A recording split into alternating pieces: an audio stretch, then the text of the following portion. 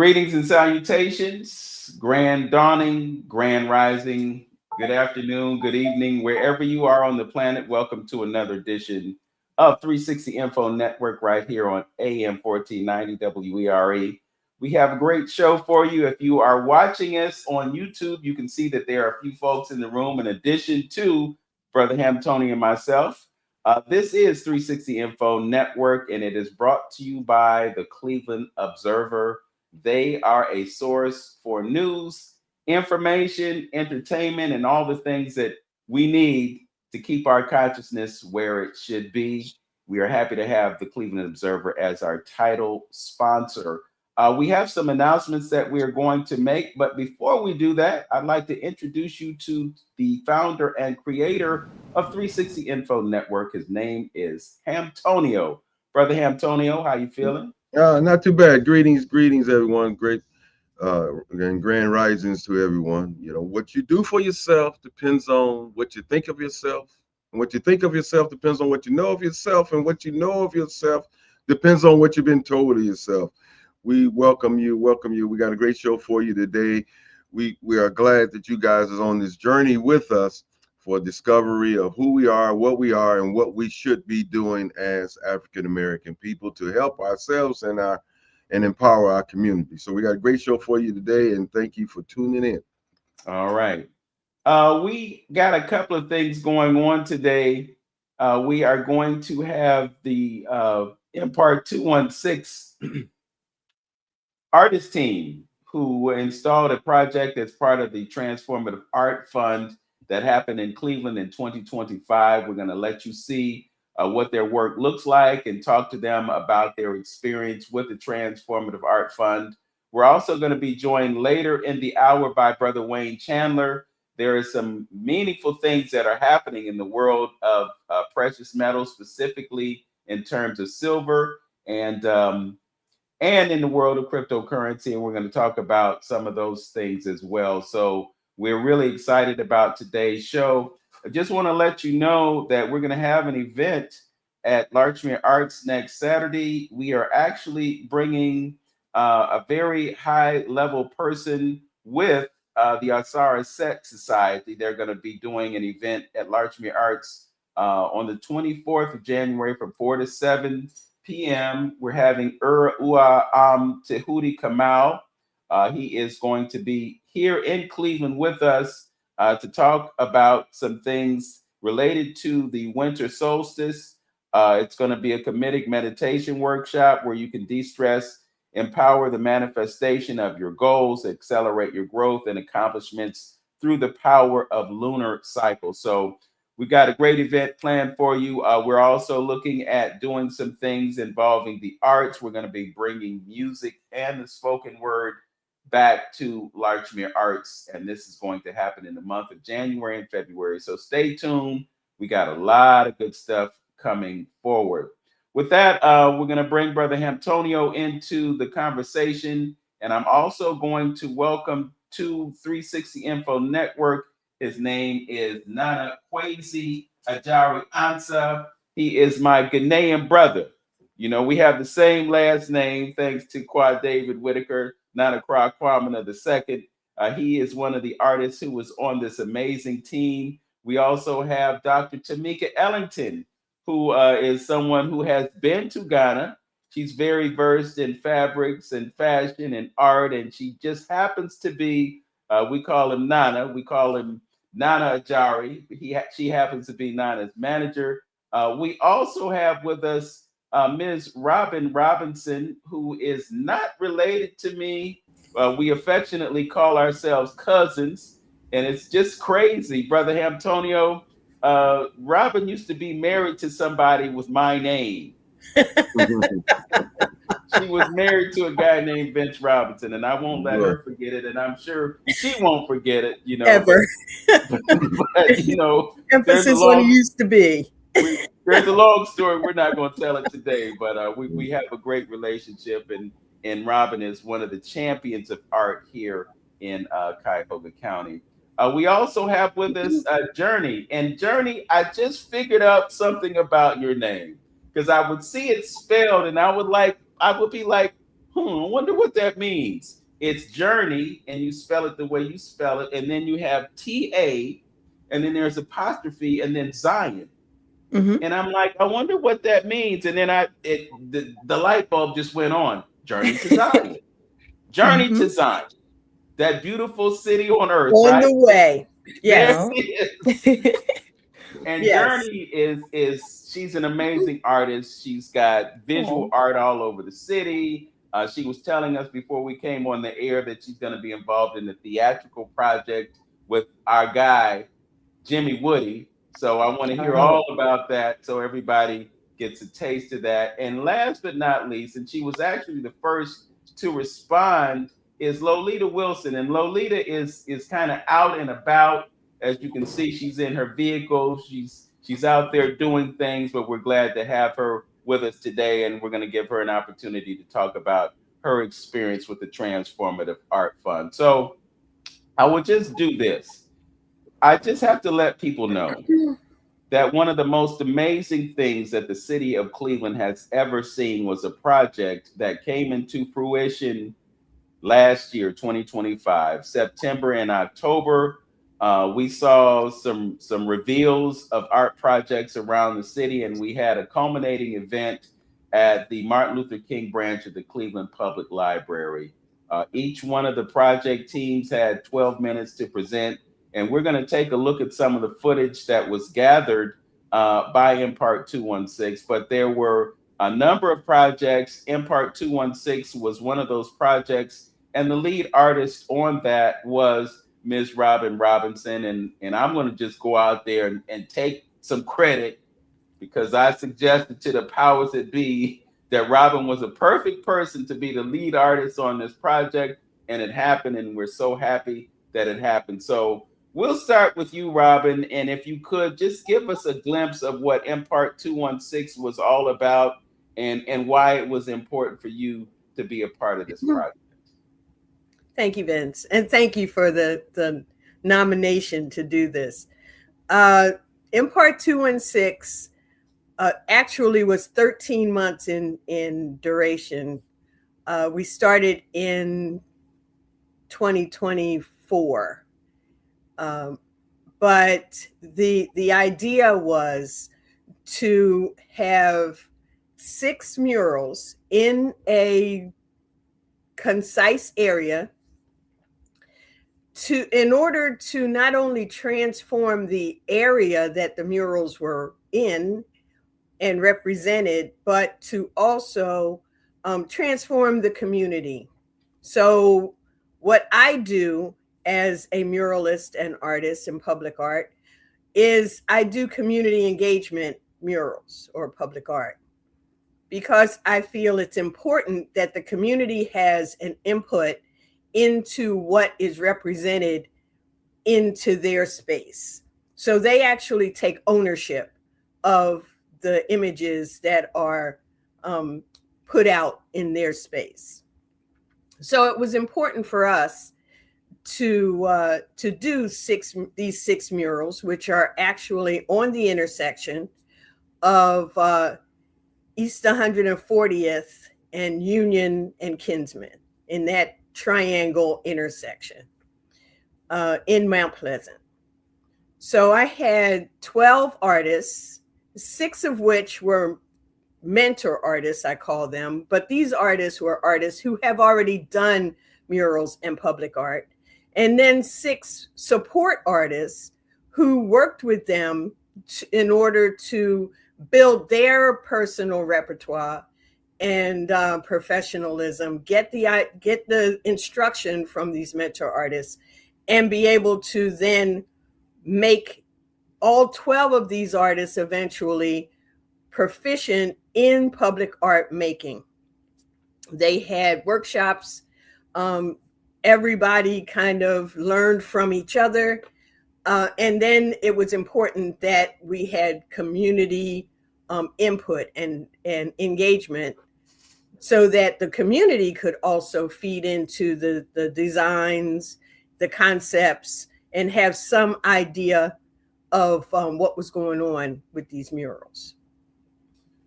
So just to give some background for those who don't know, and we were having a conversation before the program started about the fact that many people don't even know about the Transformative Art Fund. Back during the pandemic, Uncle Sam decided that they needed to stimulate the economy of this country. So they printed a whole lot of money, or they created a whole lot of money, and they just started shipping it here and there. So cities got lots and lots of money to stimulate the economy, which was affected adversely by the experience that we had with the pandemic. Well, Cleveland got $500 million, $500 million, and they had to decide how they were going to allocate it to spend that money. The Assembly for the Arts is an advocacy organization, and one of the things that we did, in full transparency, I'm a member of the board of trustees for the Assembly for the Arts. We lobbied the city for a portion of that money. We asked for $10 million, we got $3. With that $3 million, it was decided that we would create projects that would have budgets from between $250,000 and $500,000. So there were about 107 different proposals that came through. It was either 103 or 107, but it was over 100 proposals that came through. And we whittled it down to 6. And then we added another project, and that project that was added and created by the team of artists who chose the projects. That team of artists created this project, and we put it in the hands of Robin. She took the ball and she ran with it, and she scored a touchdown, and not just an extra point. She ran a two-point version into the end zone. We got us 8 points on that. So we've got with us Nana Agyare, we got Jurnee, we've got Dr. Ellington, and we have Lolita Wilson with us. And I just want to get them to talk about their experience in the project. I'm going to start with Jurnee because she has so much to share, and she's been doing so much in the public art space. Jurnee, talk to us about how you got involved with Impart216 and exactly what you did. So, and Robin, you can help me out here too. I first met Robin while working at Assembly. It was the Creative Impact Fund of 2024. I was helping Assembly with social media. I was helping Assembly with just like management of the Creative Impact Fund. And that's where I got like closer to Robin at. And I think it was our like end of the grant period party where we just started talking, we got closer, and she had told me like, hey, there's a project that I may want you a part of. And granted, I've never like before this project done public art, let alone like art at a larger scale like this. So I was like, oh, are you sure about this? Like, I feel like I'm underqualified, but she took a chance. And yeah, it's been up from there. Like this project, and it's really transformational for me just because I used to live like down the street from where these murals are at. I've been in the Buckeye neighborhood all my life. And so like I'm connected to this neighborhood, and I know just the power of public art. Like being in Buckeye, seeing Mr. Soul's murals, seeing Donald Black's photography murals, like that representation is everything. And so to be able to give back to a community that I've been in, that I was raised in such a beautiful way, like it's changed my life. And then within that too, like I've been able to do other public art projects. Like I work with Mr. Soul at Fresh Fest. I'm currently doing a mural with another support artist, Krista Freehands. Shout out my goats. And we're doing that in Buckeye, which is just like continuous full circle moments that just really remind me the purpose of everything, you know? So you mentioned a couple of things that really resonated. One, you said that it was a transformative experience for you. And, one of the objectives that we had as a committee coming up with these projects is we wanted it to have a transformative impact on communities, but we also wanted it to have a transformative impact on the artists. And the fact that you didn't have that experience and you came into this project and you had that experience. It helped you to elevate your game as an artist. And so you've really taken off from there. So congratulations to you. Can you talk about the art that you installed? Yes. So I work with Nathalie Bermudez, also my goat, and we did a mural called From Many One Hive. You'll see it on the front of the Cleveland Public Library on Kinsman. And it basically represents like the need for connectivity in community. We need to cultivate each other. We need to care about our environment in order to grow and to prosper. We need to respect like nature. We need to understand that like within this growth, we still have to honor the land that we are in. And we represented that through like the use of imagery with bees. And yeah, the hive mentality of bees is just really commendable. And I feel like we can learn a lot from them to like take care of our home, take care of our neighborhoods, and to work together to out a couple of other artists with their murals, like Nana, Dr. Tameka. I helped y'all with y'all's for like I want to say a day. I helped Krista with hers, which is why we even started working together on this new mural. I think I helped Alicia one day as well. And yeah, I just feel like it's still full circle. Like it takes that community, it takes that joint effort in order to make something bigger than all of us, you know? That's interesting, Jurnee. You mentioned that you were looking at bees, and then there's another mural that has butterflies on it. And then you have the mural that was created by Dr. Ellington and Nana, which depicts African American women, or it just depicts women in general, and it's not specific to any one location. And I can say that because I've had a conversation with Nana on another show about his work. So I want to bring Dr. Ellington and Nana Agyare in and have you talk about the great work that you put up on that building that's right there at that intersection across the street from the library that's at 140th and Kinsman.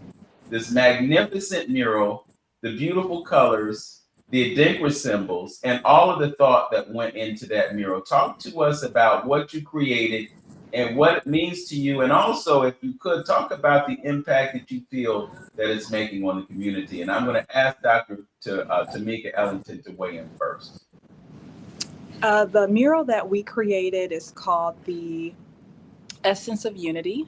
We wanted to use 4 women as the representation of guardians, kind of like for the community. We were inspired by some of the women that are known in the Mount Pleasant area. And we used those women and their lives and the impact that they had on the community as inspiration for our mural. We wanted Nana, always uses a lot of beautiful bright colors. And so we wanted the mural to have great impact and great color to bring to the neighborhood. It was really important for us to make sure that what we created was something that people could relate to. A lot of people know Adinkra symbols, and we wanted to use those in the mural as symbols for different elements such as unity, beauty, and others. And it was just important for us to know that the impact that we were having on the community was going to be a great impact. As we were painting, people would come up to us and talk about what we were doing. And we actually had a great location because we were in a parking lot of a business. And as the customers were coming up to the business, almost all the customers were coming by and talking to us and telling us how they enjoyed what we were doing and how they were so impressed, and that they were thanking us for the work that we were doing and bringing to the neighborhood. That's amazing. Now, what about you? What are your thoughts about what you created? Well, it started, I would say thank you for this great opportunity to be able to share with everybody. First of all, when Robin called me, normally I'm a laid back person. I hardly talk about what I want to do. And so it was kind of a little bit challenge for me. And so I called Dr. Tameka, who happens to be my manager, and I was like, man, initially it wasn't Dr. Tameka that I was paired with. I was paired with somebody, but God always has his own plans for doing what he wants to do. So, Robin asked me if I have somebody in mind. I say yes. So I called Tameka, who happens to be my manager, and I discussed everything with her. Upon, I think, 3 meetings that we went to, 3 workshops that we went to, she came up with the idea that, look, we need to celebrate women because you are always with women. I said, you're right. And so she did a good research. Both of us actually stepped into the community. We engaged the community. I went to the library. I spoke to, older people, both men and women and kids, and what their memories they have. And finally, we were able to get, so I was told that the first club, as in a recording studio, was actually owned by a lady in that neighborhood. And I heard about the sad story about some women who were killed basically by one person. So I thought that it would be a good idea for us to celebrate the heroes. If it's a man, it's heroes. So I was heroes in that community. So I did a sketch, the first sketch. Tameka was like, no, we can do much better. I know. And working with Dr. Tameka has been a great, great idea. Like the impact is very, you can feel the impact, very impactful. So she came out, was like, no, she's the type of person who is never content with the little things. She would just been pushy. And sometimes I get fed up. But then I was like, well, let me just do it. So we came up with the idea. I gave it to her. She came back again with some symbols in it. I was like, whoa, that's a good idea. Because the whole idea was to make sure that as an artist, that's one thing I love to do, is to give back to the society or to the community. So, and I was looking at the neighborhood, which has a lot of diversities, like a lot of people coming from all walks of life. So even the wall that we painted, the guy is from, I think from somewhere in Arab country, and a lot of people who comes to the store are from Ghana, Nigeria, Ivory Coast, Congo. So in the midst of all this, we said to ourselves that let's do beautiful colors. So even when you pay a critical look at it, it has a lot of African colors, both African colors, European colors. It was a total blend of everybody. So when you take critical look at the painting, you cannot judge. You can't say, oh, they were being racist or they were just picking. It has a blend of everything together with the butterflies, which run through all the mirrors. So because the mirrors were supposed to emerge, make it look like a one, you know, mirror flowing from one another to the other, with a butterfly, with the Dinkra symbols, with the colors. And critically, when you look at it, there's something unique about all the artworks, which I don't want to talk about it now. I want the community to benefit from that. And I think so far, Impart216 actually has elevated a certain level for almost all the artists who participated in it. And that is what I have to say. We're going to make sure that people are able to see this mural. And I am also looking at the possibility that we can have some type of a presence on the City of Cleveland website so that we can see maybe a sizzle reel or something, so folks can get a glimpse at all these different projects. But it's amazing work. For those who remember the Two Cousins building, it was a hair care products building that's right there at the corner of 140th and Kinsman. If you drive down Kinsman and you're westbound, you can look up at that wall and see this beautiful, beautiful mural that has been installed by two great artists. We're going to hear from Lolita, who is managing her vehicle right now, but she also had a role to play in the Transformative Art Fund. Tell us what you did and why this was so important to you. And so you can unmute your microphone. There you go. Good afternoon, everybody. I'm out and about doing my chores here in Cleveland. I actually enjoy all facets of Cleveland, and Mount Pleasant is probably one of special one for me because when I was a little girl, I grew up on Dickinson, not far from Kinsman. And part of what, when we first started, I actually, can you hear me okay? I'm gonna Yeah, we pull hear over. you. I think I'm gonna just pull over right quick because it's hard to talk and drive and pay attention. And I'm gonna pay. We So, hear you. Okay, she's lost her audio. But we have with us on the line artist Lolita Wilson. She was one of the principal artists in this Transformative Art Fund project. And there were a few other artists that were involved. Robin, tell us who some of those other artists were. And we'll wait for Lolita to come back in. Your mic is muted, Robin.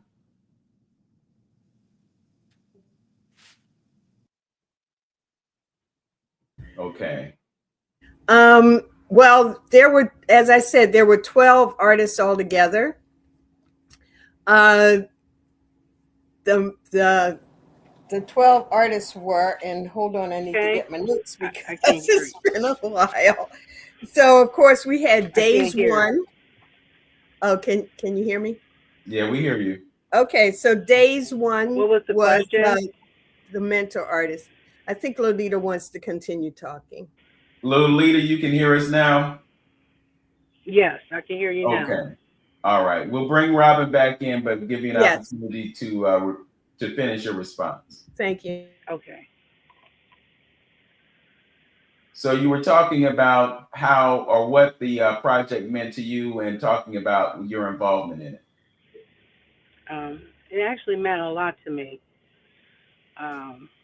to have an impact on the creative part of it and who would actually set the stage to develop the community. And what I came up with Darius Stewart was we were talking about it. I said, well, you know, this intersection is pretty busy, and whatever statement that we're trying to say, I think it should be very simply and very concise to what we're trying to say to the community and to ourselves. So I thought about little kids, you know, they should be the ones at this fundamental stage of building. Toddlers would be the people who would be targeted as far as learning how to structure what they want to see for their future. And so we thought about building blocks, and Legos came up. And so Darius said, that was kind of interesting you brought that up because my son and I are doing some projects with Legos. So his son became our model, and we incorporated the whole entire side of that building to showcase toddlers being the new thinkers, new builders, new architects of their future. And I'm just really happy that it came out the way it did, and I'm really happy that his son was gracious enough to be our model. And I really love working with Darius. He's an excellent listener, teacher. I learned a lot about the layering of muraling at that level, and the impact that that mural actually had on the audience as we were building the layers on top of layers. The community actually enjoyed watching the process, and I enjoyed the process too. Yes. It was a great experience, and I want to do some more, to be honest with you. Yeah. So the mural that you're talking about is on the building that's at the corner of 140th and Kinsman. It's on the west side of the building. So as you are traveling eastbound on Kinsman, you can look up and see it's a gorgeous, it's an absolutely gorgeous mural. So congratulations to you on such a fine work of art. We're going to step away for just a few moments to get an announcement from our title sponsor, the Cleveland Observer, and we will be back with more 360 Info Network right after this. Cleveland has stories worth telling and voices that deserve to be heard. That's why the Cleveland Observer is proud to sponsor 360 Info Network with Vince Robinson and Antonio on AM 1490 WERE, where truth, culture, and conversation come together. Each week, host Vince Robinson and Antonio open the door to powerful discussions, from the arts and community history to the issues shaping our neighborhoods today. And the Cleveland Observer is right there with them, shining a light on the people and movements building a stronger Cleveland. Tune in to 360 Info Network and visit cleobserver.com to read, watch, and share more stories that inform, inspire, and unite our community. Because together, we are Cleveland's voice. Welcome back to 360 Info Network, and our program today focused on the Transformative Art Fund, and most importantly, Impart216, which is one of the great projects that was involved in that. I want to bring in our brother Antonio, who has listened to some of the commentary about the projects. I'm sure that you have had an opportunity to see some of those murals. If you go up and down Kinsman at any point in time, you live in Cleveland, it's difficult to not do that. So, brother Antonio, what are your thoughts about what you've seen and what you've heard? Well, yes, yeah. I think we did mention it one other time on the show, so I did drive by there, and it's definitely lit up that particular corner, with images. And we need to understand that images is, affects the conscious and the subconscious mind, and I think I'm going to tie this all together in dealing with our mindsets as African American people and some of the issues that that we face as a people and in our community, and how other people have used images, to control us and to put us in a negative state of mind because of images. So we as a people have to do more to actually put our message out there, to put our culture, our history, and to indoctrinate, because it's all about an indoctrination, to indoctrinate us in a way that brings us back that pride and that energy and that empowerment that we need, and so images that we can put up all around our community is very important, because images invoke emotions, which evoke actions.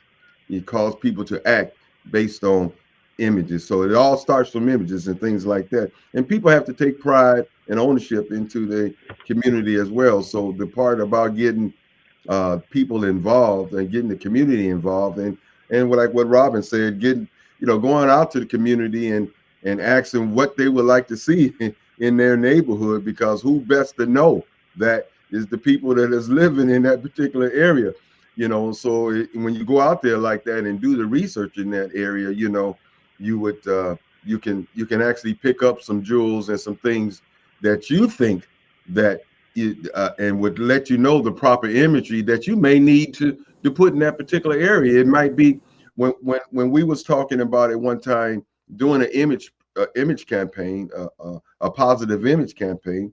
We talked about putting up, some things like showing a young brother with a hoodie, getting up out of the seat and letting the elderly lady sit down and things like that. So I'm saying, if you're in an area that may have, let's say, a certain type of crime or property crime or violence, towards one another and things of that nature. So might be nice to put an image talking about peace and talking about being helpful and showing the pride in your community. So, it's important you reach out to community and deal with images that would help, subconsciously and consciously heal our people. Well, Brother Antonio, as you speak about the importance of those images, I'm reminded of a trip that the artist team took to Philadelphia back in April, and we looked at several murals. And I think some of the imagery that you are invoking with your concepts of what could be shown is actually part of public art. We can use those images to create the types of dynamics that you're talking about. I'm really curious, Robin, you talked about community impact, and you talked about involving the community on the front end as you were coming up with the ideas and concepts for the images that you created. What kind of feedback have you gotten afterwards? Now that it's in place, what are you hearing from people who are there or people who have observed it? What are they sharing with you about the impact of Impart216?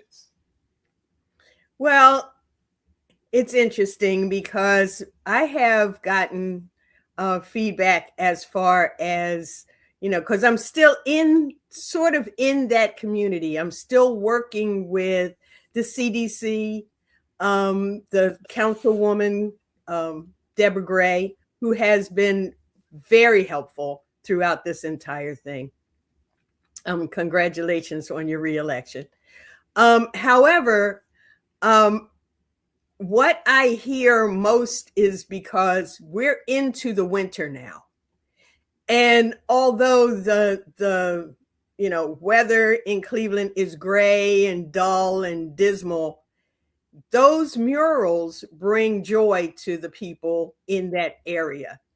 As they walk through, they see those colors. They see that the significance of butterflies in the snow and things like that. So I am getting so much positive feedback from the community.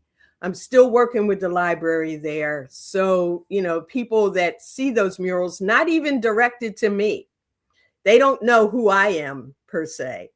But just hearing the buzz about, how those murals, those colors, that excitement affects them in their everyday life is important to me. Okay. I'm going to go out on a limb and say that this broadcast is going to be uploaded to YouTube. So when we conclude the broadcast, you'll be able to go to the Journey with Antonio and see this. You'll also be able to go to my YouTube channel and see this program. But I'm going to take it a step further. I'm going to put up a post on Facebook and post some of the photographs that I've taken of those murals so that you'll be actually able to see the murals as we have described them. And once again, they are absolutely beautiful, stunning images, and they are bringing life to that community. So just know that those of you who are listening to us on the radio, you'll be able to actually see what we're talking about, and then it will have more meaning to you as a result of that. So again, very intentional about bringing these artists to the attention of our community. One of the most important things about the Transformative Art Fund is that it brought about opportunities for healing. We have a lot of conversations about public safety, and I'm gonna beat this until it can't be beaten anymore. We spend a lot of money on weapons. We spend a lot of money on police officers, and we spend a lot of money to protect ourselves from each other. But what I'm saying is we need to give some serious attention to funding for artists so we can facilitate the healing that is necessary so that we don't live in a city where there's so much animosity between each other. Brother Antonio is retired peace officer. I'm going to call him a peace officer because he comes with peace and not negativity. But, being there, you are witness to the dysfunction of our community, because when people get upset with each other and they go to blows, who do they call? They call the police. And sometimes the police show up and they're not equipped to deal with, what they are facing. If you can remember a person by the name of Tanisha Anderson, there were some mental insufficiencies involved in that situation. And when the police showed up and they weren't versed in how to deal with that, she ended up losing her life.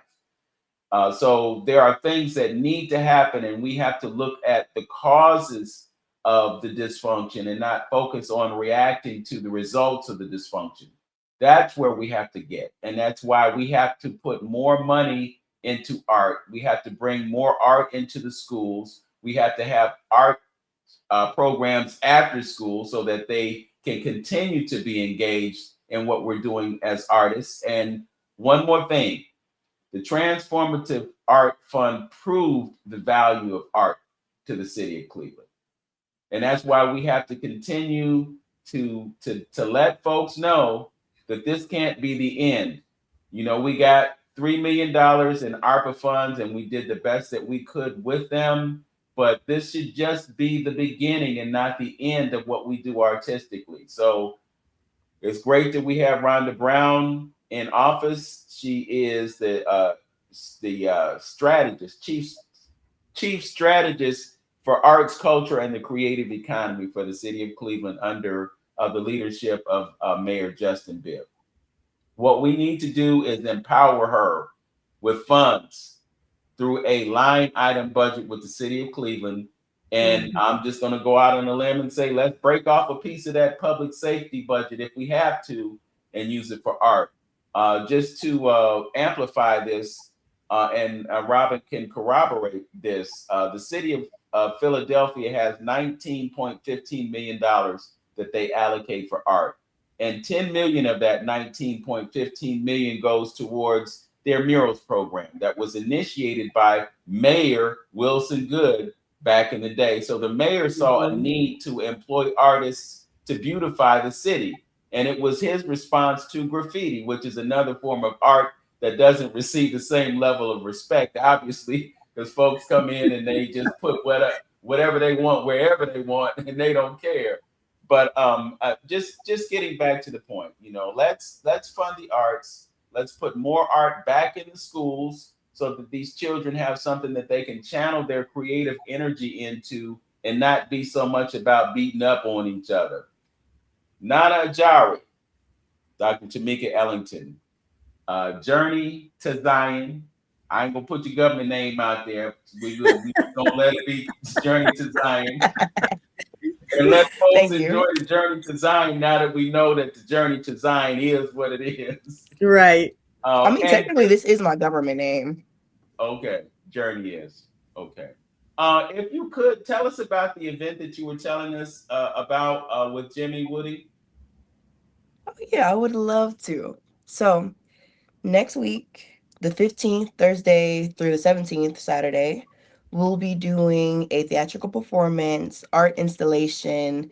There's a lot that's going into what we're doing, but it's going to be at Cleveland Public Theater for soft launch. There's going to be a variety of performances, art installations. There's many different things that's happening. But our thing is a theatrical adaptation of Song of My Sisters by Abba. I forget his last name. I'm sorry.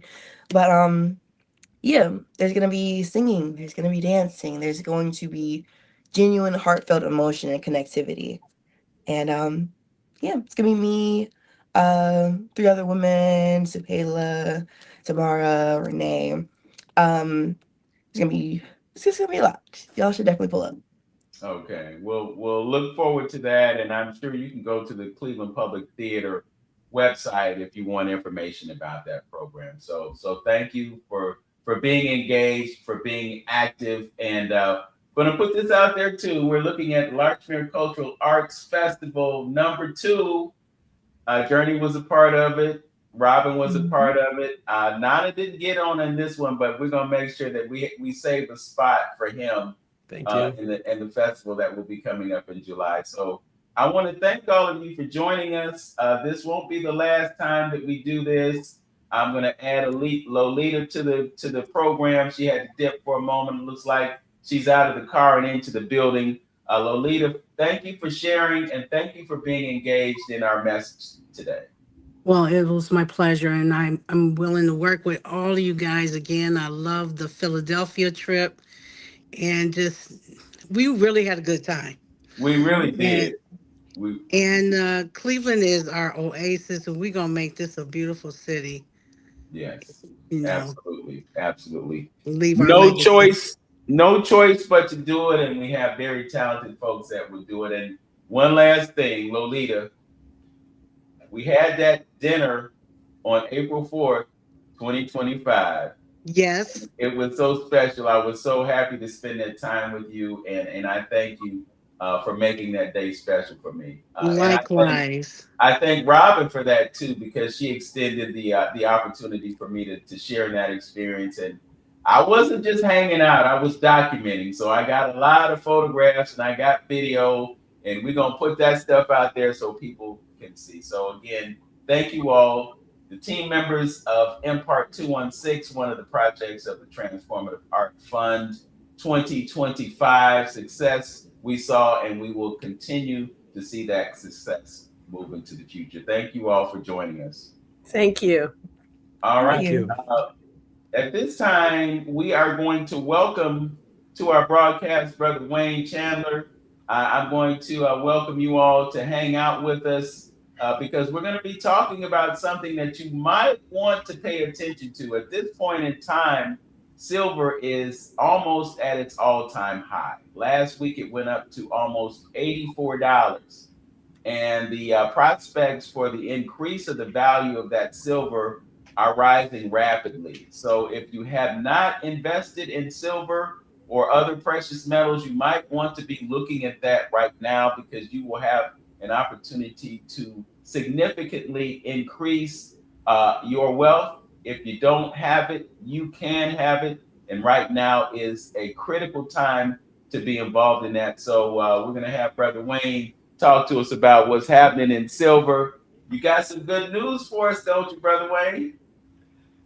Yeah, silver's at $80 an ounce. Okay. So exactly what does that mean? And before you answer the question, I just want to give some folks some insight as to who you are, because many people don't know that we have a treasure in our city. He's written a book.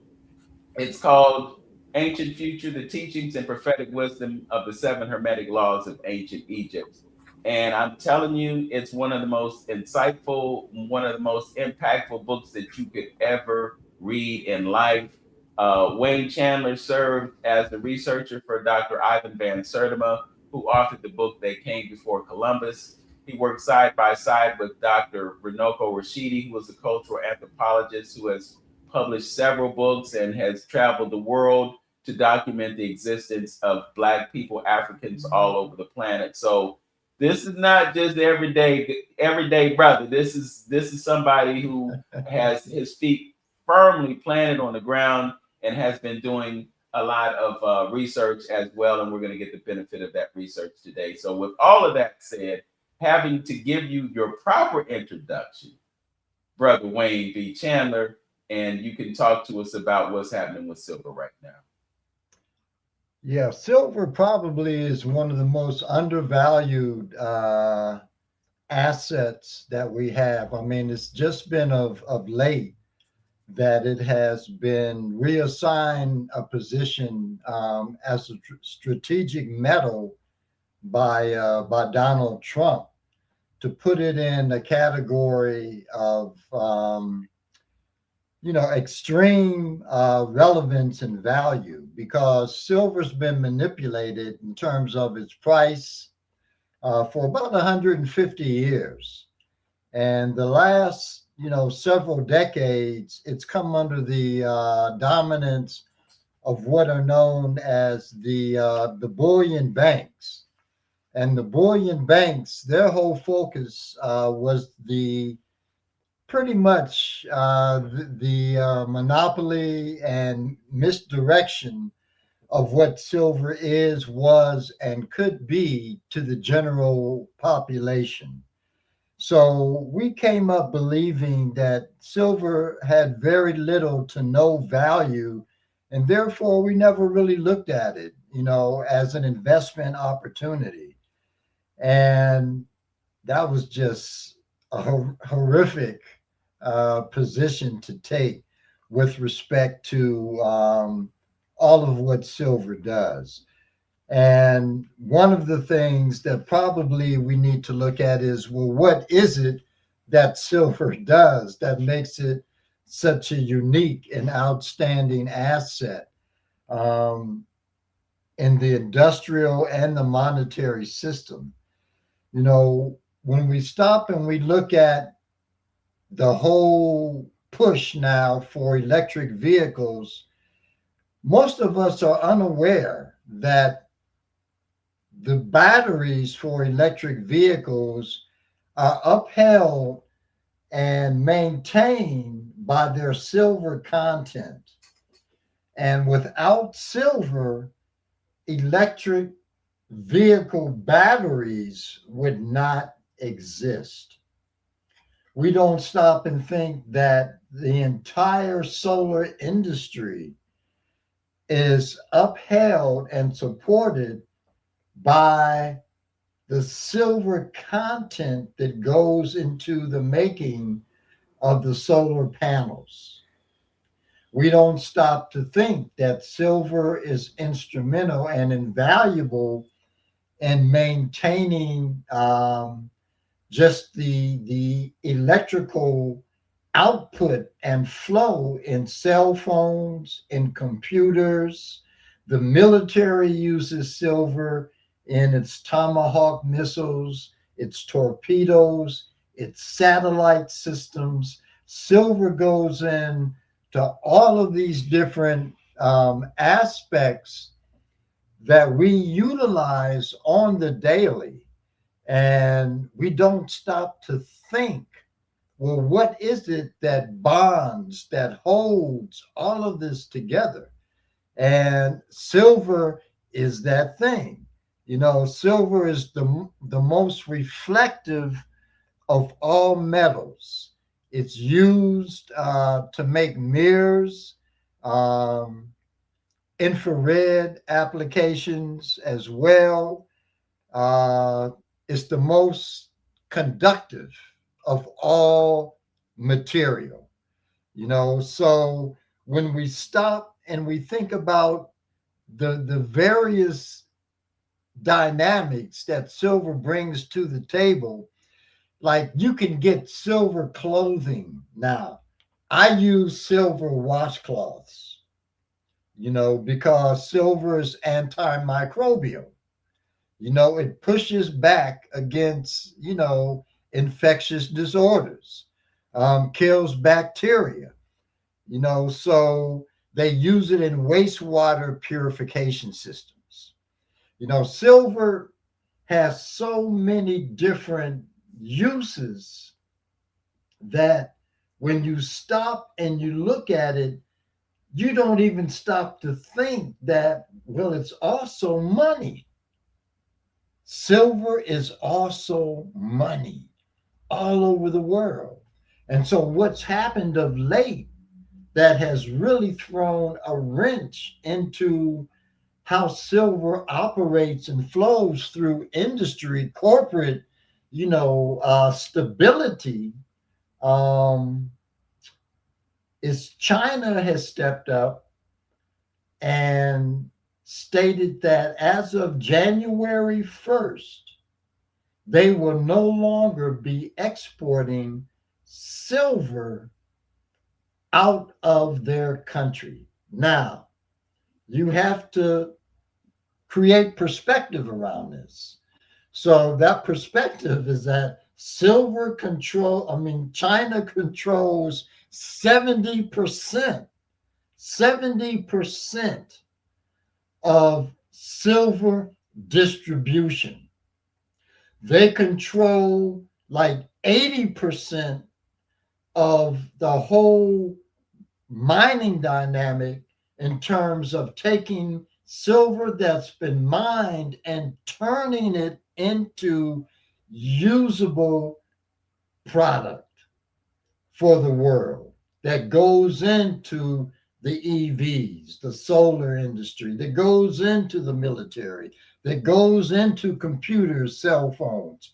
China is responsible for making all of that happen. So when China sets up and states that it no longer is going to export silver out of its country. And it is the second largest miner of silver in the world, Mexico being the first. But Mexico takes all of its silver and ships it over to China where it's refined. Okay, so what we're looking at is a supply shortage, and the supply shortage is going to result in higher prices being paid for silver because the manufacturers who need that silver are going to be willing to pay whatever they have to pay to get it, and then they'll pass the cost off to the consumer who buys the finished product at the end of that. We're going to step away for just a few moments and come back on the other side exclusively on YouTube, Facebook, and LinkedIn. Our guest is Wayne Chandler, the author of Ancient Future, The Teachings and Prophetic Wisdom of the Seven Hermetic Laws of Ancient Egypt. We're going to talk silver. We're also going to talk about cryptocurrency in the second half. We got just a few moments before we wind the broadcast down. I just want to make sure that I mention that we're going to have an event at Larchmere Arts, and we're going to be bringing in someone from Philadelphia to talk about Kemetic astrology. It's a topic that you might be interested in, Brother Wayne, because I'm sure that you're familiar with the folks who are facilitating it as the Asara Society International. So we'll plug you in on that as well. We want to give our engineer, Tone Harley, his props for making this broadcast possible. We also want to give our props to Brother Antonio for creating and founding this program that allows us to have this platform of information and cultural significance. With that, know yourself, love yourself, be yourself. Make it a great day, Cleveland. Peace. Peace. All right. Again, if you are with us on YouTube, you can go to the Journey with Antonio. You can subscribe to his channel and help him out to do what he can to bring this type of content to you. You can also go to my YouTube channel, do the same, like, comment, subscribe, hit the notification bell so that you get notifications about when we post content. It helps us significantly. Also wanted to mention, if it's still on, Brother Wayne Chandler is going to be doing a retreat in Cambodia. I think it was in March. Is that still going forward, Brother Wayne? It is still going forward, and that is March, the end of March, and people can go to my website, which is waynebchandler.com, to get the information from the landing page there. All right. We'll make sure to put a link to your website in the description for this video, and then people will have an easy way to get there. One of the reasons that you are going there is as the work of your colleague and dear brother, Dr. Runoko Rashidi, demonstrated that there are Africans all over the world. And I think part of your rationale for going there is to connect with that presence of Africans on that side of the globe. Without a doubt. Okay. So we're talking about silver today. And the reason that we are is because there's so much going on. Robin has asked us, how do you buy silver? And we're definitely going to give her information about that, because we have resources that will allow you to connect with the precious metal and do what you can to increase your portion. You know, we talked about this, Wayne, in meetings that we've had over the past 4 or 5 years, particularly in the last year or so. And it's been stated that 60 to 70% of America doesn't have more than $500 in their savings, which means that we're not saving money and we're not investing money. And money is being used to control us through wages, through taxes, through so many different things, which is why we have to be focused on what we can do to generate and create for ourselves and push back against an agenda that wants to take everything away from us. I mean, we're living in the midst of the greatest transfer of wealth that has ever happened on the planet. Yes, true. You know, and you can be a part of the transfer of wealth, or you can sit on the sidelines and watch other folks fatten their pockets and do whatever they can to control. So you mentioned the supply shortage, which is really key. You may not have alluded to the paper to silver ratio, but a lot of people own silver on paper, but they don't actually own the commodity itself. And when everybody comes to the entities that have sold them those contracts, those ETFs, those exchange traded funds, and they say, I want my silver, there's not going to be enough of it to go around. And I think that's going to be what has the impact on the price. Can you talk a little bit about how that works? Yeah, sure. The bullion banks, when they formed their association, one of the things they felt they needed to do was to create the silver paper market. And it wasn't just silver; it was also gold. Gold was also included in the paper market as well. And the paper market is set up. I mean, it's illegal in terms of what they do. It's morally corrupt in terms of what they do. But because it upholds a large section of the entire financial and global industry, people turn a blind eye, to what it is that they do with respect to price manipulation. So when you look at, for example, you go to the usdebtclock.org, you'll go over all the way to the far right, and you'll see the actual price of the dollar to ratio silver price, and also its ratio to gold. And you go down a little bit, and then you'll see the paper to silver ratio. And the paper to silver ratio right now is 356 to 1. And what that means is that 356 individuals own the same 1 ounce of silver. And so when people set up their 401ks, they set up their IRA accounts, and they think that they're really ahead of the game, they come to find out, especially now, because in the here and now, people are really stressing after their metals. Whereas in previous years, their 401s, their IRAs, they would say, well, I no longer want to hold my silver account.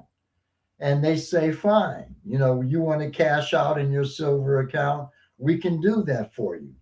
And the way they did it was to pay you in fiat money, paper dollars. And people were satisfied with that exchange. Now people are not satisfied with the exchange because of where the dollar sits in the global financial system. And they want the real metal. And so this has created a shortage of the metal, which is really elevating the price of the metal. And right now, like just premiums alone, and premiums are the dollar price that's put on silver from its basic the spot price.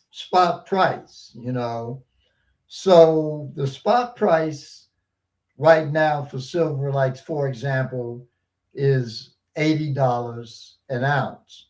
The premium that goes over top of that can be anywhere between, depending on the company that you're going to, can be anywhere between, $30 to $90. And that premium right now is going stratospheric. So if you're going to make a move and begin to invest in the silver market, if you're going to look at silver as an asset that can literally change your life. Like Kevin O'Leary right now, the guy from Shark Tank, that's his whole focus. He's telling people, I told you about gold, you missed gold. I'm out here now, I'm telling you about silver. Don't miss silver, because silver is going to generate millionaires, multimillionaires, if you have the necessary assets to step yourself into the silver game. Antonio's gonna jump in, and yeah, I got you, bro. But we're also going to talk about how you can buy silver, because Robin is asking the question, and we definitely want to let her know and everyone else know. But Antonio? Yeah, just basically, you're right. We've got to understand that we're dealing with this shift, this global shift, you know, and it's going to come at you in several ways, through the crypto, through the precious metals, and things like that, because we know that they're phasing out this dollar, and they're probably going to, you know, I know the penny and probably the rest of the coins is going to be shortly going out the door as well. And Wayne, Pennies I don't know if you $5.19 today. Say that one more time. Pennies, 1 cent is now worth $5.19. Wow. 1 penny. So all them folks that be going around picking up pennies, and we stepping over pennies. I used to throw pennies away. Yeah. Yeah. Everybody gonna be fighting for them little pennies. I'm regretting that now. Believe me. That's funny. Hey, Wayne, if you're familiar with excuse me, I forgot the name of the particular group. It was like in Southern Africa. It's about 22 countries got together and was dealing with some crypto a union that they were putting together. I forgot what the name of the organization was. You know that. So all this I'm saying is that how that crypto market and that digital market is how it's coming together there, and it's going to be you know, take us into the future and dealing with it, because we talk about it all the time that currency, the dollar bill that we have right now is only about 3% of paper money that is out there, and then the rest is just numbers and figures and things of that nature. So they've been prepping us for this move for a while. But the one thing that I see globally is that other countries in breaking themselves free from United States dollar is organizing this little crypto collaboration in order to do their business for their country. Well, it sounds like you're describing the BRICS, and it may not be the BRICS. Yeah, it's not the BRICS. It's another little group. I forgot the name of the group. Maybe I'll look it up while we're doing this. But yeah, it's like 22 countries. It's more towards the southern part of Africa that they're joining together with the crypto situation. Okay, Wayne.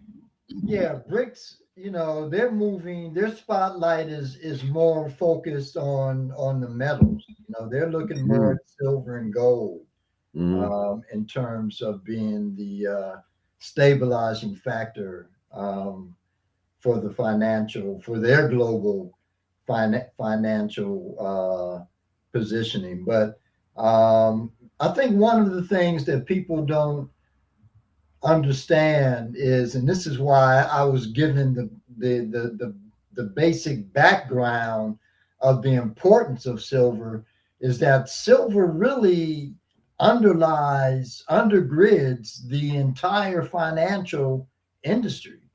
The whole financial market, you know, is really built on silver. When America first established, you know, its financial system and what that was going to look like, it was based on a silver standard, not a gold standard.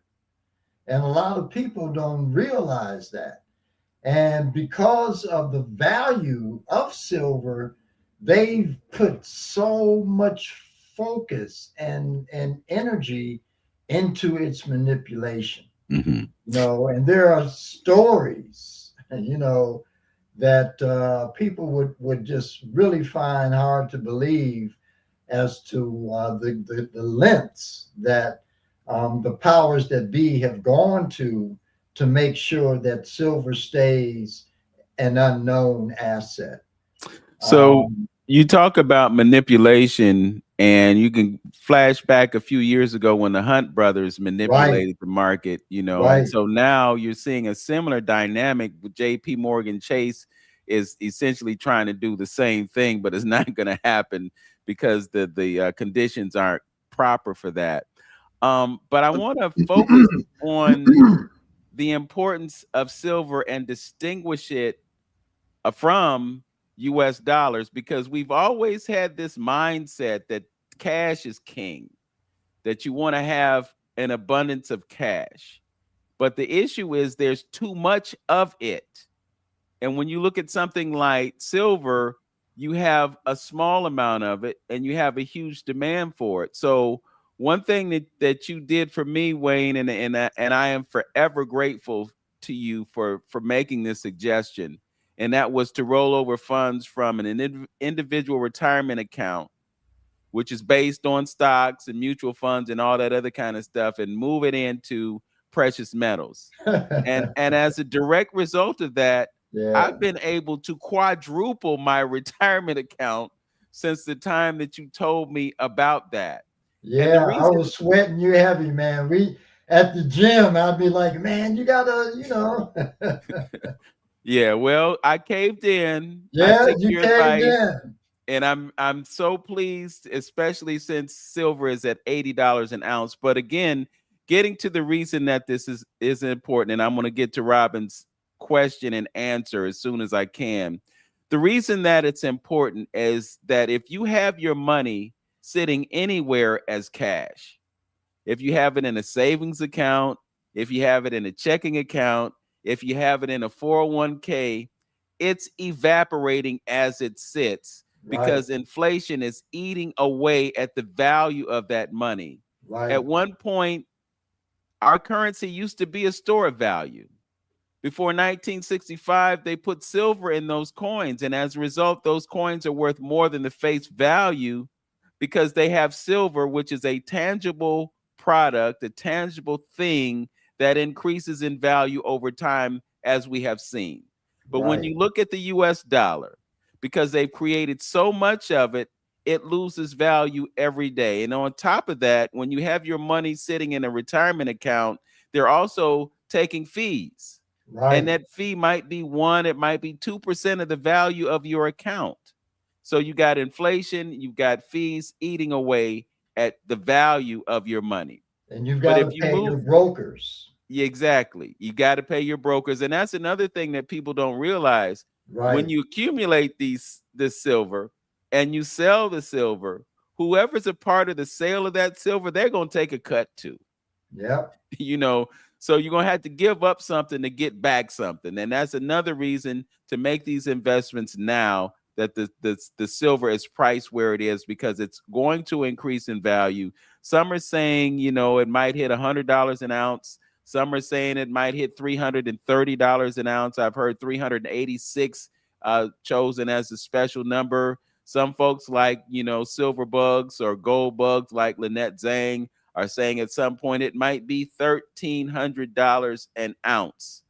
So if you just do the math, you can acquire silver now, whether it's $80, whether there's a correction and it goes down to $72, whatever. If you see the price go down, that just means you can buy more. But you can't go wrong right now. And I'm not a financial advisor. This is information, entertainment, and education only. I can't tell you what to do, and you can consult a professional. Okay, don't take my word for it. Do your homework.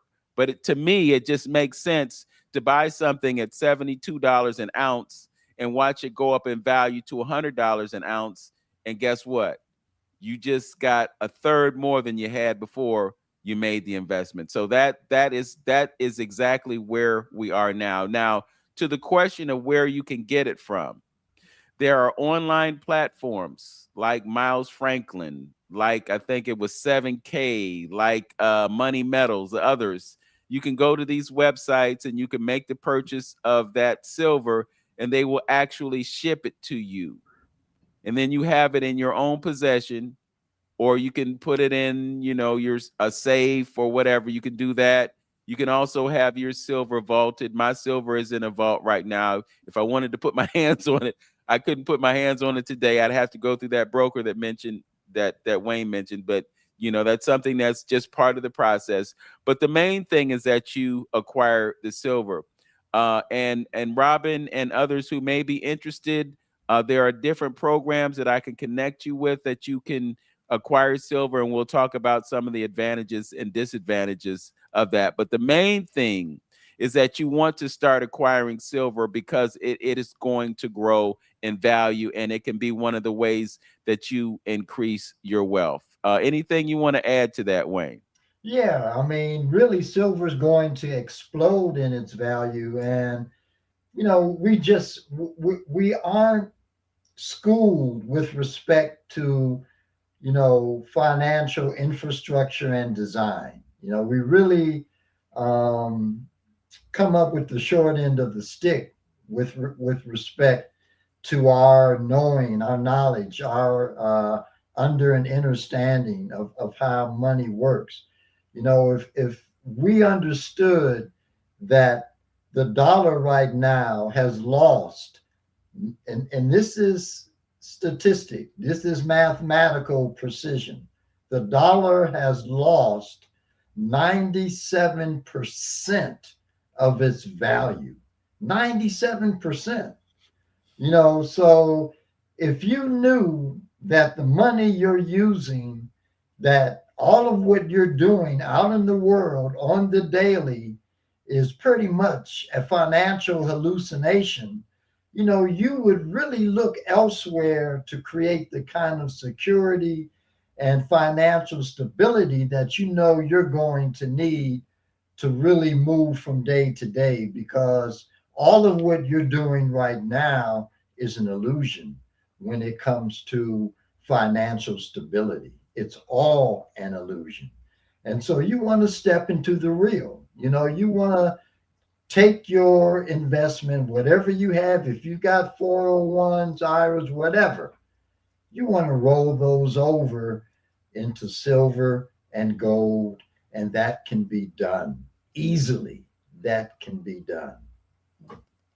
Yeah, go ahead, Lynn. No, go ahead. Mm-hmm. I was just going to say it's not something that even costs money. You can roll your silver over, or you can roll your retirement money over into a precious metals account, and there's no cost for it. You don't have to pay for that. Right. The only time you do pay is when you take the money out. And I recall back in the day when I took some out, I had to pay 20% tax on it, but it was worth it at the time, and it wasn't taxed at the 30, 33, 34, 40% tax rate that some things are taxed at. So, you can't avoid, unless you are versed in trusts and all that other kind of stuff, you can't avoid paying taxes. It's just part of life. But again, when you see your wealth increase to the extent that it does, then that taxation is just a small price to pay for that. So yeah, and there are other outlets too, because people listening to this are going to ask, okay, well, silver holds immense value, but I can't walk into a store with a silver coin if I'm not living in the right state that has made silver and gold legal tender. The last state to do that was this past summer, which was Florida. DeSantis has made silver and gold legal tender, which means you can walk in to any establishment using silver and using gold to pay for various commodities. But there are other types of setups, where, UPMA, which is a bullion bank, United Precious Metals Association. It is a bullion bank that when you sign up and have an account with this bullion bank, UPMA, they will give you a debit card connected directly to your account. And there are a couple of other establishments, that have done the same. Vince, I believe you're locked into one that is based out of London, that is gold oriented. So for people who are saying, well, I can't walk into, a merchant outlet, with a silver coin, blah, blah, blah. No, you don't need to do that at this point. It will become something that will be a viable means, in which I feel it will be the very near future. But at this particular point in time, you can have a debit card that you can use anywhere in the world. They're internationally designed. You can use it anywhere. And you can walk into any type of a merchant outlet and you can buy and pay for anything, from the taxes, property taxes, to bubble gum. So that's one of the things, that you want to be mindful of, is that there are, other ways, to carry this opportunity forward. And you don't have to be, trying to second guess, well, how am I going to use my silver in the real world? So, Brother Wayne, what about things other than coins? We may have silverware, we may have other things that have silver in them, and there are local folks that can assist us with determining the value of it. Can you talk about having the constitutional silver that you spoke about, but also what should you do if you have silverware, if you have jewelry or other things that have silver in it? You can go into most coin shops. Most coin shops that sell silver will take your silver jewelry, your gold jewelry. They will also take your silverware if it's been authenticated. In other words, it's silver through and through and not silver plated. Silver plated is a whole different kind of animal. But if you have real silver ware that, say, has been handed down to you from your grandmother and grandfather, or, an aged aunt and uncle, what have you, you can literally take that silverware into a coin dealer and they will weigh it for you and they will pay you the spot price that silver is worth. The other piece is that if you have coins, a lot of us, from our grandparents did what a lot of us have done with respect to like silver, dimes, quarters, half dollars, silver dollars, have taken those things and thrown them in a huge jar where they remain to this day.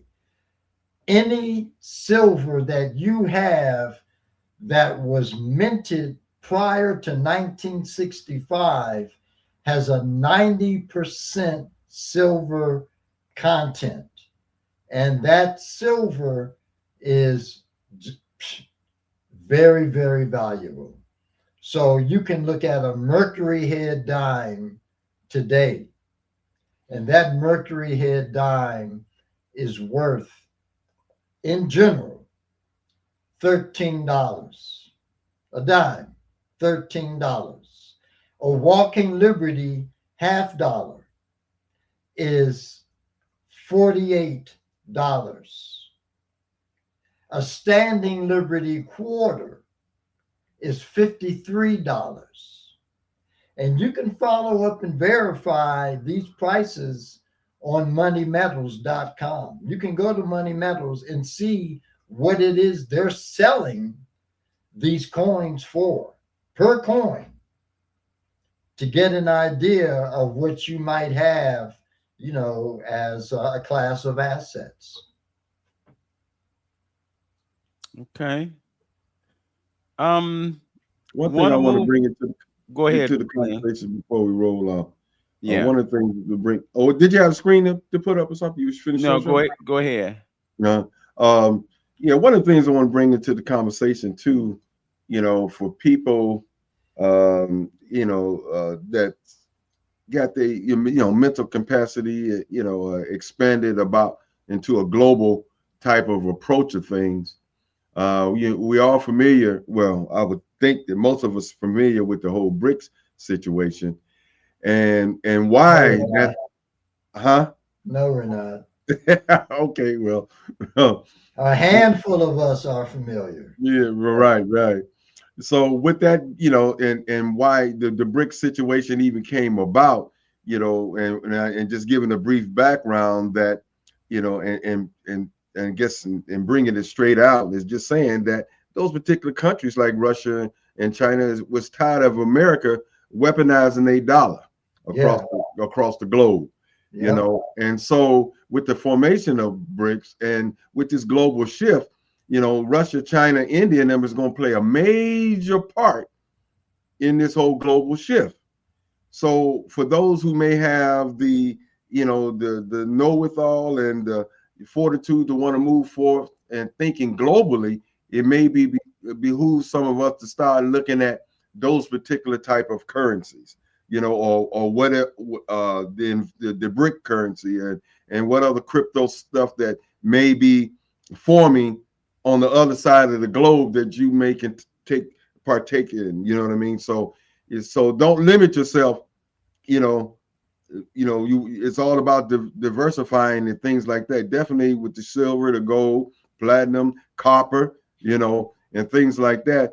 But look at seeing what's developing on the other side of the globe as well, you know, because at one time, you know, we was talking about Forex and investing in other countries' currencies and things of that nature. But since the globe is going into this whole blockchain and crypto and digital foundation, so see what's forming in these other areas, because you know, if you can't be asleep, you not to know that, you know, America's going through some trying times right now in this financial situation. And I think that, you Nobody knows that. I think that we are on a trajectory of isolating ourselves from the rest of the world. So you might want to get a part of what's going on the other side of the globe. Yes. Yeah, so, we walk around in the state of somnambulism. You know, we're sleepwalkers. You know, nobody knows what's going on in the world. Nobody knows what's going on in this country. They have no idea. You know, and that's why 95% of the people in this country are going to be blindsided when the economy begins to collapse. I tell you this, by the time we exit 2026, everybody will know what time it really is. And during the time between now and the end of 2026, if you've made some moves which will turn out to be substantial, you'll be fine. Okay. If you have not made those strategic moves, you will have hell to pay. So speaking of strategic moves, I want to give our viewing audience something that they can use to make some things happen right away. So we've established that you can purchase silver, but you mentioned essentially what amounts to a bullion bank. You mentioned United Precious Metals Association. And so what we can do is suggest to you different places that you can buy silver or gold but then you can ship your silver or your gold or whatever precious metals to United Precious Metals Association, and you can actually generate more money by putting your money into that situation. One program within United Precious Metals Association that I'm familiar with is their gold back leasing program. So you have gold backs, which are essentially polymer instruments. It's not paper, but it's some type of polymer, and there is gold infused into that polymer, and you have different denominations. So you might have a $5 denomination or a $10 or a $20 denomination. But the bottom line is that there is gold, there's gold in that instrument, and you can use it to buy things in different states in this country. But what you can do is you can basically deposit your gold backs with UPMA. They'll hold them for you for a year, and they will pay you interest on what you have in your account, and they'll do it on a monthly basis. So you're actually earning dividends from your precious metal. So obviously, the more you have in your account, the more you're going to get back on a monthly basis or a yearly basis, if that's your choice. But the bottom line is that your precious metal is actually making money, as opposed to the other situation that we talked about where your account is taking money away from you. Exactly. So this is why we want to encourage folk to do this, because you can significantly increase your holdings if you participate in programs like that. You want to give them a little more insight on UPMA, Wayne? Yeah, UPMA, as I said earlier, you know, they give you a debit card to your account, and you know, they have a variety of different ways you can access different monetary metals. So right now, gold is $4,500 an ounce. Most people in our community are not going to be able to afford that. But at UPMA, as you just stated, with the gold backs, you can go in and you can purchase gold backs, and because they are infused with actual gold, as gold rises in value, your gold backs will also rise in value, which adds, more value to your account. They also have what are called gold dollars. Gold dollars, the last time I checked, because of the price of gold, the last time I checked, the gold dollar was about $92. And it may be more than that now, because gold is really on a tear. But you can invest in gold dollars, and that gives you direct connection to the actual gold market. So you can begin to earn a position and really utilize that position in the gold market through just picking up gold backs and gold dollars that UPMA offers. They have so many different programs within the banking system that just rival anything you could find in most banking institutes. Mm-hmm. Let me add something else here too. And Wayne, what do that kind of remind you of about them interwoven that polymer with gold and lining? You know what I'm talking about? Yeah, with the carrot bar. Yeah, absolutely. Absolutely. Yeah. Absolutely. And that was a big carrot bars. It was before its time. It was before its time, but see, they got shut down by Deutsche Bank and the German government. Mm-hmm. They came after carrot bars. Carrot bars was talking about a gold-backed cryptocurrency. Yes. Mm-hmm. They had their own gold mines. They were getting ready to turn the whole world upside down. Mm-hmm. And Deutsche Bank said, "Oh, hell no." Mm-hmm. You're Yeah. not doing this. Yeah. That was a good thing. And I guess eventually that's where I think, crypto's going to go. I was looking at something one time with the crypto genius, and he was talking about, with people that may be interested in investing in cryptocurrency. He said a lot of it is not going to, amount to anything. He said, but invest in, because it's what, how many, 10, 20,000 cryptocurrencies, whatever.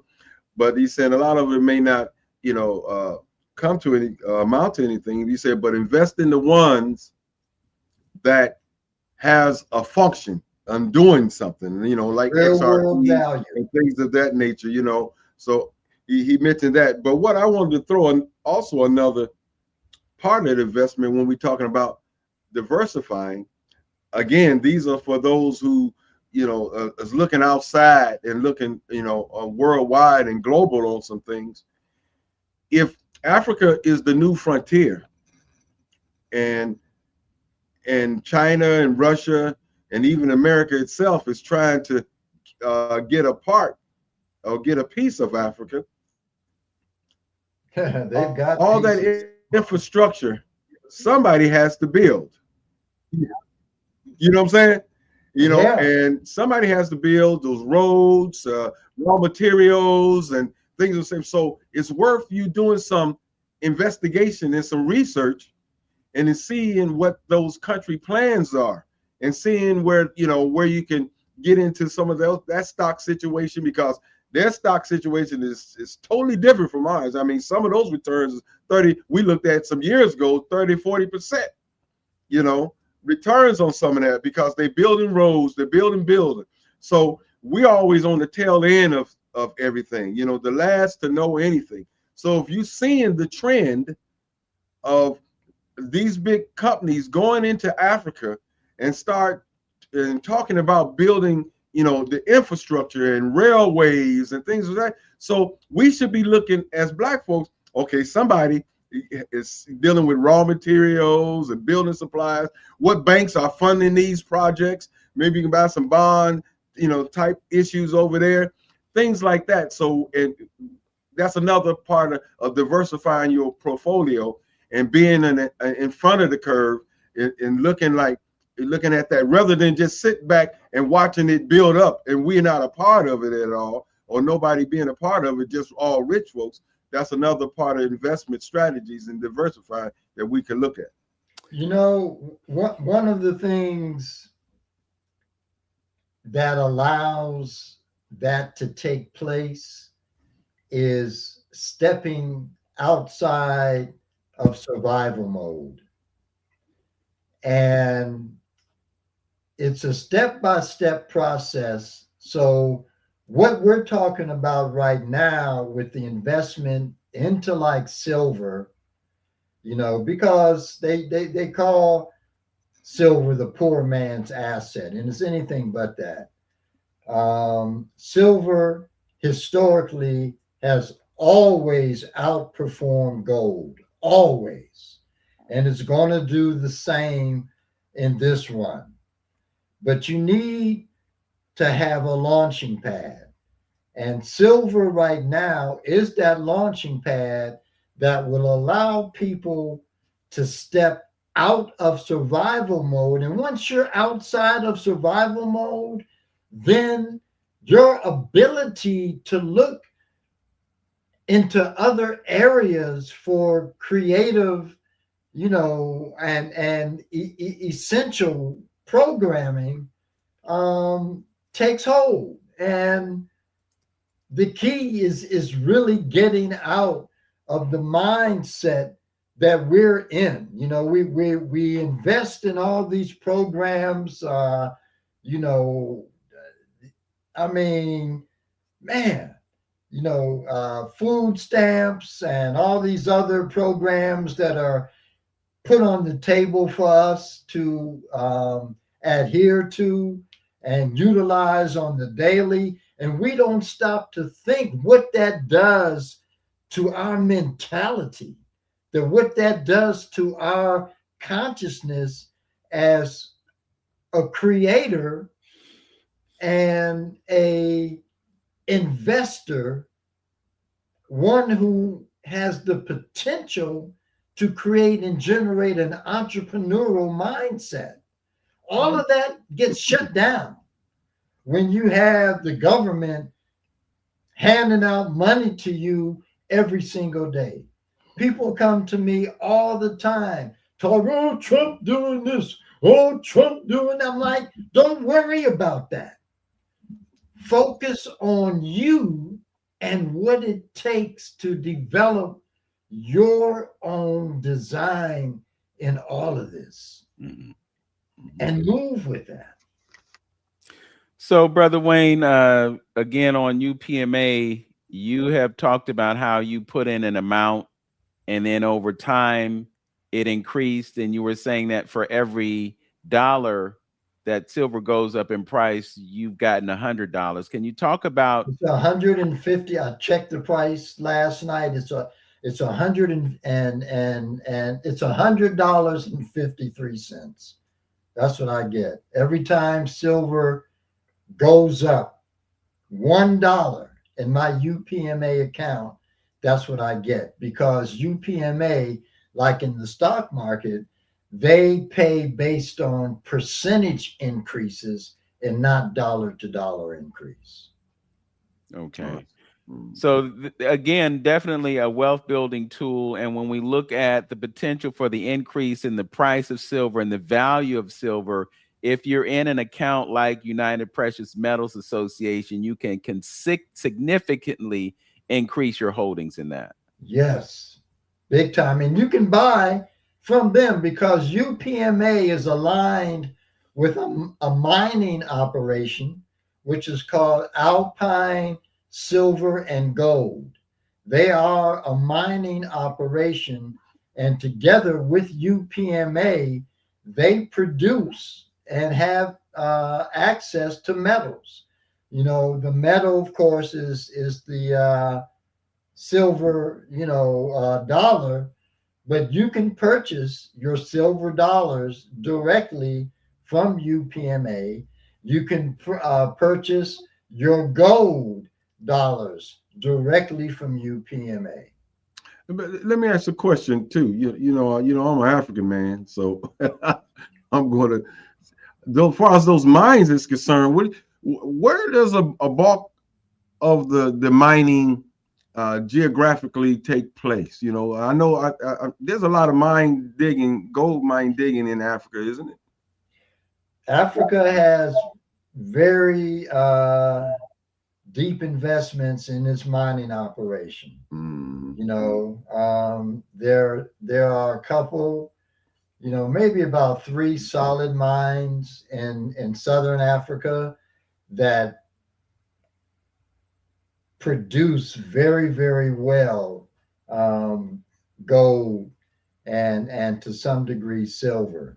Ghana has a very outstanding gold production mining system that's been in play, but it's overseen by Europe, by the UK. They got in there in the early 1900s and gave the Ghanaian government, I think, something like $100, to oversee the mine and be able to take out billions of dollars from the mine. And of course they got completely ransacked and taken to the cleaners. Only.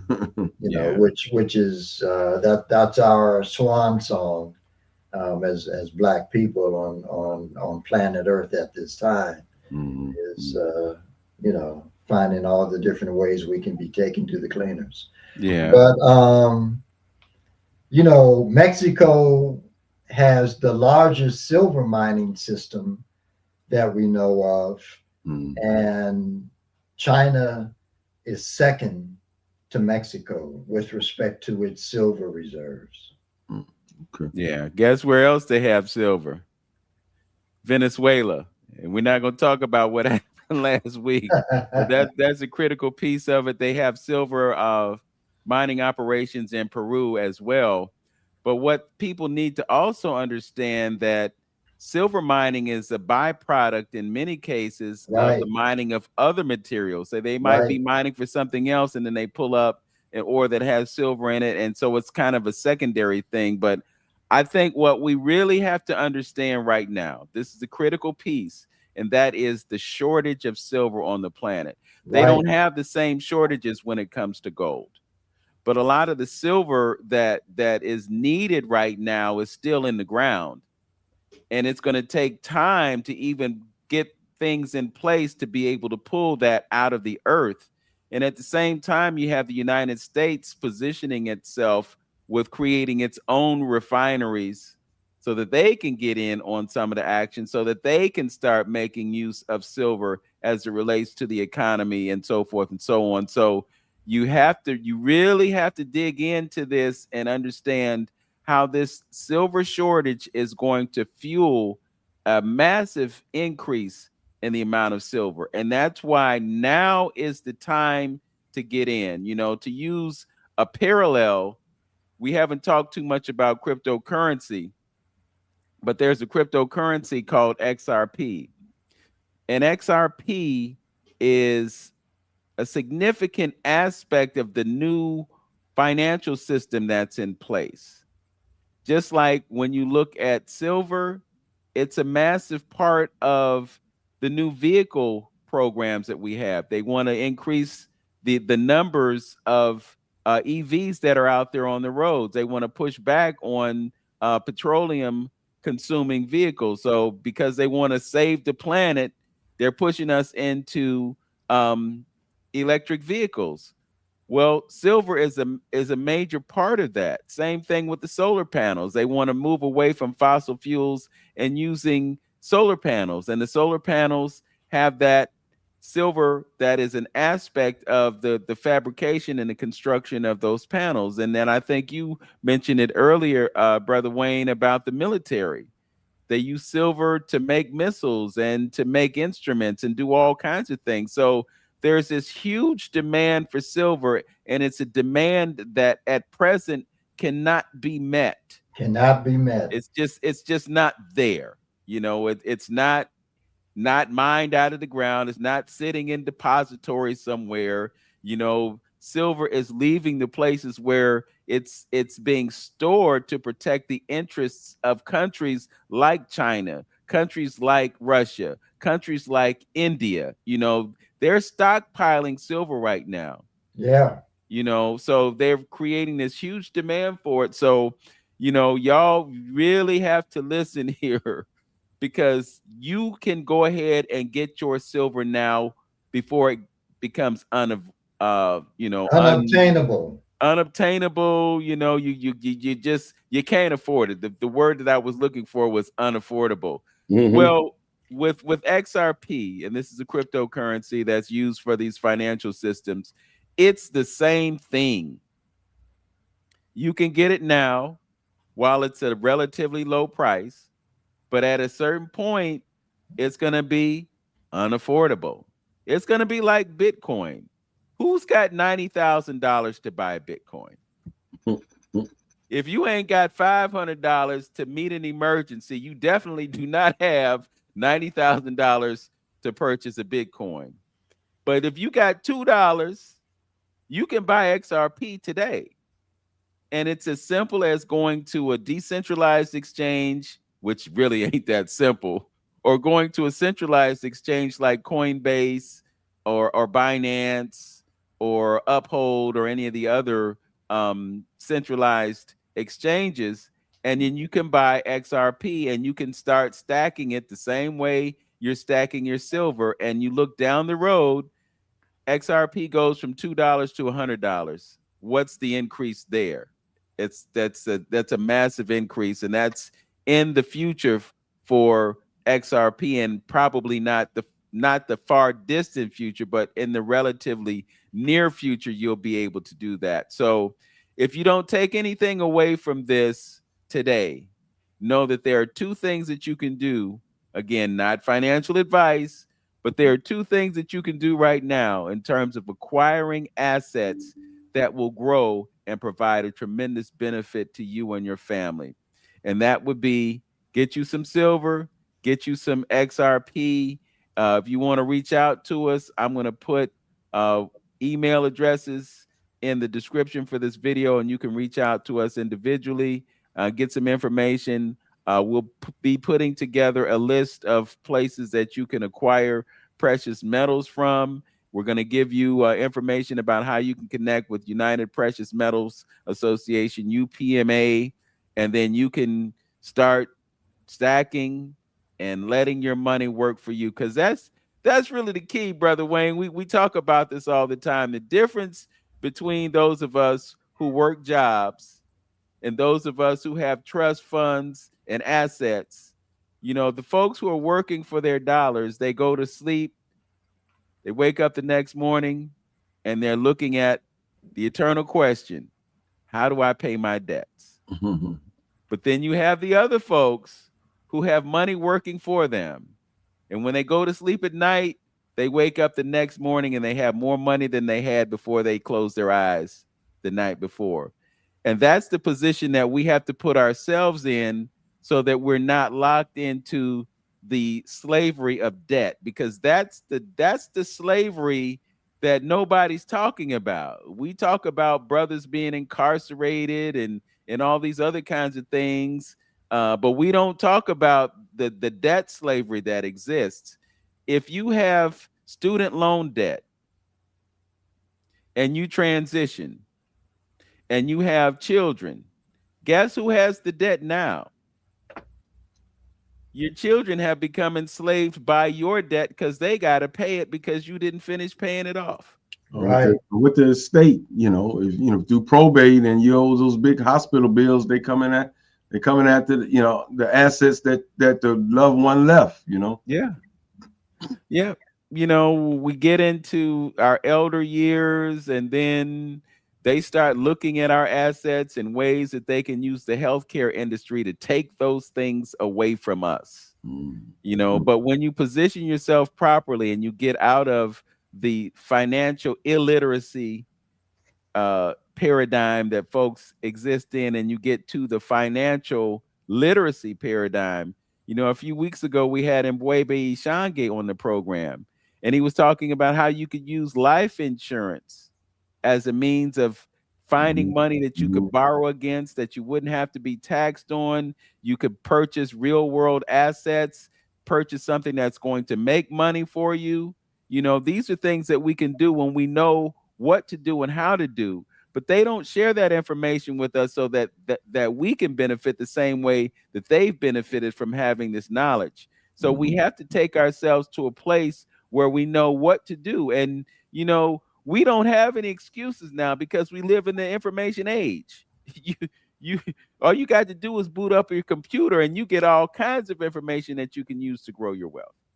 So that's definitely what we want to do. And today I just wanted to give you some tools.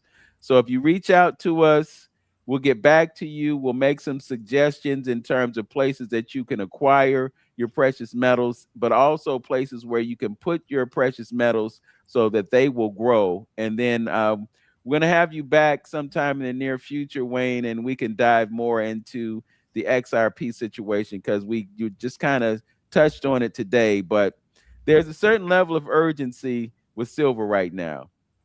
There's urgency, I think, in silver for sure. And you know, it can't be understated. But you know, the whole world is about to change drastically. You know, we talk about this all the time as well. You know, that everything is going digital. You know, that everything is going to be placed upon the blockchain. So, you know, you're looking at a lot of assets, you know, now, you know, looking to be tokenized, and even silver, even gold. You know, you have operations like Kinesis, for example, that take silver and take gold and digitize it, you know. So, you know, there's so much that people need to become aware of so that they can become prepared for. Mhm. And you know, it's a wake-up call. Yes, You absolutely. can see where all that's going, because what, like you said before, about how they place that that MPMA, I mean UPMA, how you can transform that stuff into a card, to a digital card, and they're using that. So you can see where they're going with that. They're going all that for, like you just said, gold and different other entities is going to transform that into some type of way that you can, you know, through plastic, through you can put Ethereum on a card and use it and purchase things like that. So everything is going to be tokenized like that, and placed easily, you know, for you to conduct your business with, you know, with snap the card, just like, and you pulling gold, you know, off your card, you pulling silver off your card, you pulling other resources off your card and using it as getting a lot more bang for your buck. Yeah. When you use precious metals from your account, you're getting a lot more bang for your buck. Yeah, I can see that. You know, the other thing too that's important about this paradigm is you becoming your own bank. Yes. You know, because when you become your own bank, then you have more control over what you now have as assets. You know, when your money's in the bank, it's a liability to the bank. It's not an asset. You know, just like that house that you're paying a mortgage on, you have the idea that it's an asset, but it's a liability, because your house is not making you money.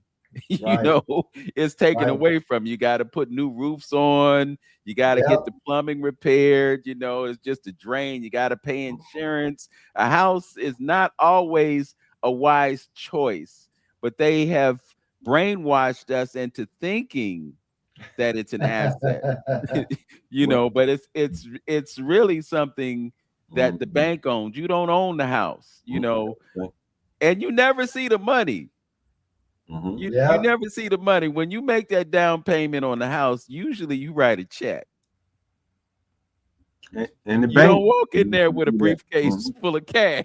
You know, it's just transactional. And then when you sign all those documents that they say, oh yeah, just initial here, you know, put your signature there, and you didn't read the whole document, you know, and basically what you've done is you turned over certain rights that you might have to them, so that they have complete and total control, you know. And think about this. You could pay on a mortgage for 29 years and 2 months, never missed the payment, and you've paid way more than that house was worth over that period of time, because you took out the loan, they put interest on the loan, and so that house may have been $100,000 house, but you spent $300,000 on it to acquire it. And then you miss 2 payments and the bank takes the house away from you.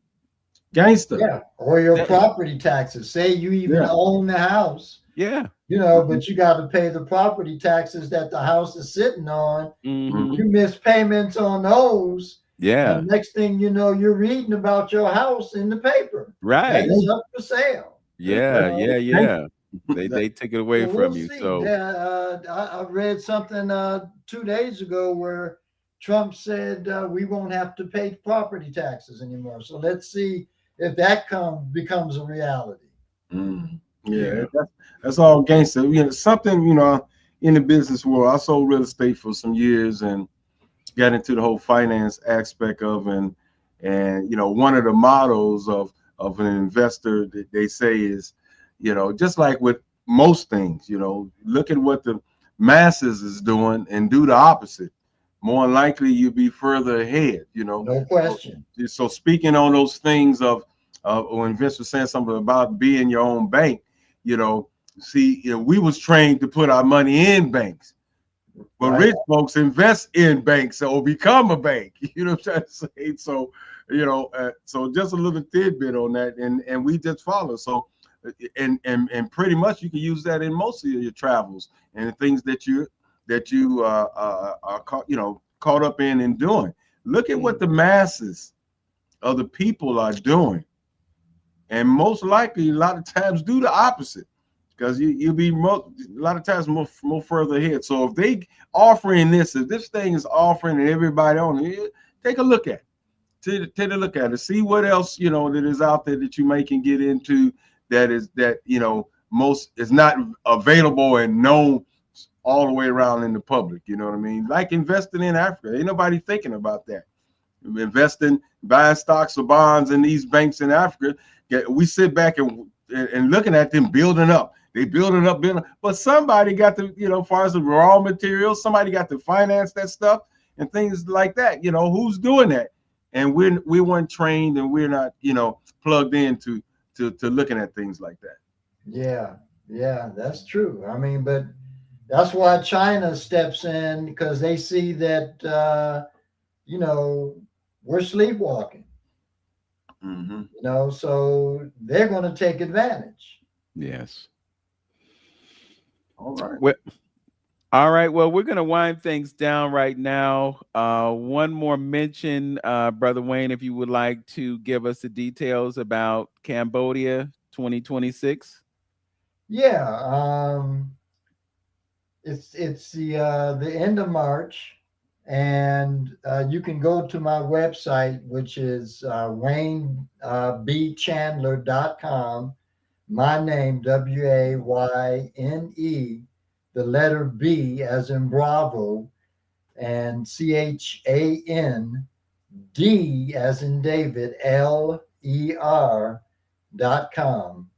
You can go to my website, and there you can pull up the landing page for the Cambodia retreat. It has all the specs and detailed pictorials that you can see exactly what your rooms are going to look like, where we're going to be going. And it's going to be an amazing journey, life-changing. And you can bet your bottom dollar on that. Well, I can attest to having the experience with Wayne, learning Qigong and being in a nice location. So yeah, if it's Mexico. possible, yeah, we were in Playa del Carmen, Mexico, and it was amazing. I can't even begin to tell you how I felt after doing a week of Qigong. It is life changing. So if you're able to make that journey, I would strongly encourage you to do that. And in the process, you will also be visiting one of the sacred spaces on the planet. Yeah. We went to Playa del Carmen, and we took a side trip. Brother Wayne didn't make it with us, but we went to Chichen Itza, and it was just it was spellbinding, to see it, to feel it, to experience it, to experience the people. There's just so much that you can take away from this. So for those of you who are interested, we'll drop a link to Brother Wayne's website in the description for this video as well. Anything that you'd like to share with us before we part ways, Brother Antonio? No, just stay plugged in, and we, our job is to try to bring as much good information as we can. So stay plugged in and stay tuned. All right. And as I said, we're going to bring Brother Wayne back not long from now. We're going to talk about cryptocurrency and XRP, because there's just a lot of opportunity in that world right now. Brother Antonio mentioned that there might be somewhere around 21,000 cryptocurrencies, and there have been millions that have been created but never really amounted to much. Mm-hmm. There have been some that have been created that made a lot of money for people and disappeared. Yeah. It's really a treacherous world when you think about it. But what we're doing is we're looking at tokens that have utility, that will be in adoption, and will be used to move money around the planet.